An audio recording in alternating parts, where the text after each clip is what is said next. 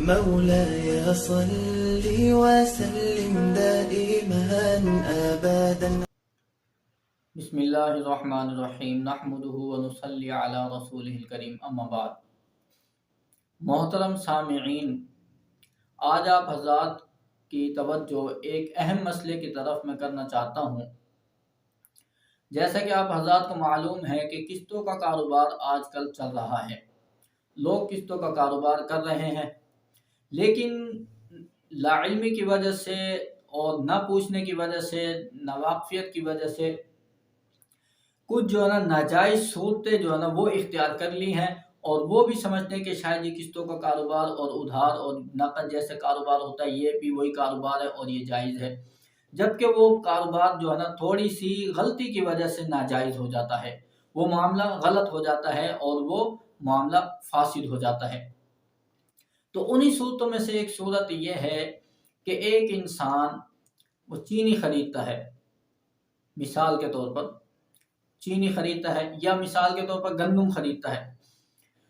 اب وہ چینی یا گندم خریدتا ہے اور اس کے پاس پیسہ نہیں ہے.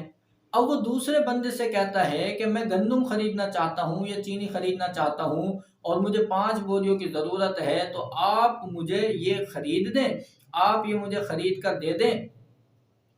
تو میں جو ہے وہ آپ کو 1 مہینے بعد یا 2 مہینے بعد میں آپ کو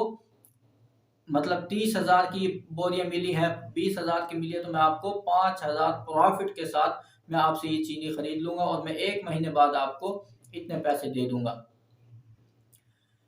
اب یہ معاملہ جو ہے اگر یہ طے ہو جاتا ہے اور وہ بندہ چینی لے کر 20,000 کی یا 30,000 کی چینی لے کر اور وہ اس کو بیچ دیتا ہے اور 1 مہینے بعد 5-10,000 روپیہ منافع وہ اس بندے سے لے لیتا ہے، تو یہ معاملہ جائز ہے. لیکن اس میں جو غلط صورت وہ پائی جا رہی ہے وہ یہ ہے، کیونکہ اس میں یہ لازم ہے کہ جب جو مالک ہے، جو پیسوں کا مالک ہے، وہ جب چینی خریدے گا یا گندم خریدے گا، تو وہ گندم کا جو گودام ہے یا چینی جہاں تھیلے اس کے رکھے ہوئے ہیں، تو وہاں جو اس نے 5-6 تھیلے خریدنے ہیں،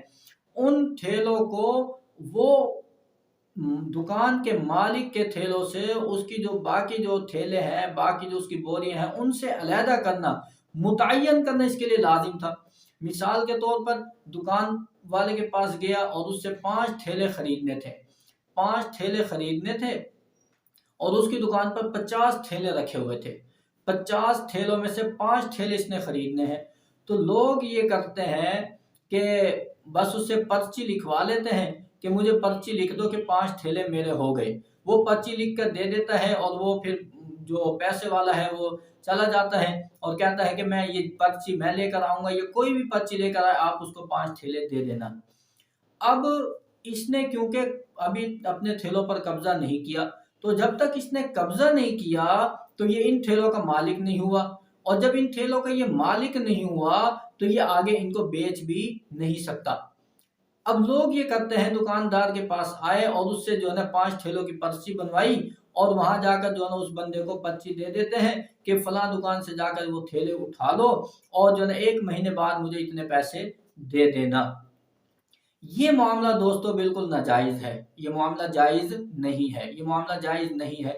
جائز معاملہ یہ ہے کہ پرچی بھی ادھر سے بنوا لی جائے، لیکن جو ہمارے 5 تھیلے ہیں، 5 تھیلے ہیں، ان کو 50 تھیلوں میں سے علیحدہ کیا جائے،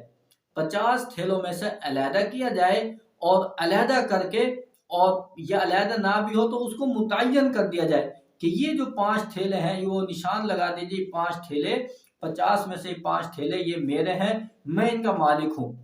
اب وہ جب اس کا مالک ہو گیا تو اب اس چیز کے جو ہے نا ضامن بھی پھر یہی مالک ہوگا. اب دکاندار اس کا ضامن نہیں ہوگا، دکاندار کے ذمے سے جو ہے نا ان 5 بوریوں کی حفاظت جو ہے نا وہ اب نہیں رہے گی. اب وہ یہی اس کا مالک ہے، اب نفع نقصان کا مالک وہ یہی ہے. اب یہ جو ہے نا آگے پرچی دے دیتا ہے اور آگے کہتا بھی وہاں سے جا کے میرے فلاں تھیلے رکھے ہوئے ہیں، وہ علیحدہ کیے ہوئے ہوں یا وہیں متعین کر دیے گئے ہوں، تو پھر وہ تھیلے کیونکہ اب اس کے ہو گئے تھے، اب یہ